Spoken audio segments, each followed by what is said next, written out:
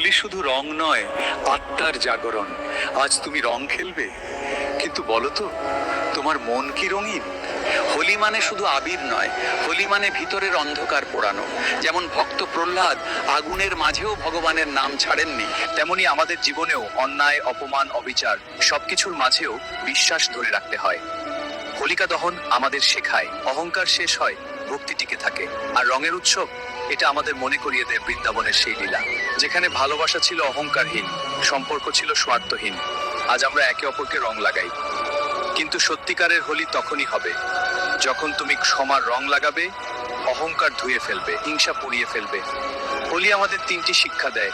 প্রথমত, জীবনখানেই ভালোবাসো। দ্বিতীয়ত, খারাপ সময় আগুনের মতো, কিন্তু আগুনের পরেই নতুন সকাল। তৃতীয়ত, ঈশ্বরের সঙ্গে সম্পর্ক রঙের মতোই প্রাণবন্ত হওয়া উচিত, নিস্তেজ নয়। ভাবো, যখন রং লাগে সে আর আগের মতো থাকে না, তেমনি যার জীবনে ঈশ্বরের স্পর্শ লাগে সে আর সাধারণ থাকে না। আজ শুধু মুখে রং নয়, মনেও ভক্তির রং লাগাও।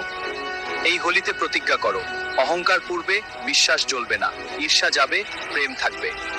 রং মুছে যাবে, কিন্তু ঈশ্বরের সঙ্গে সম্পর্ক থাকবে চিরস্থায়ী।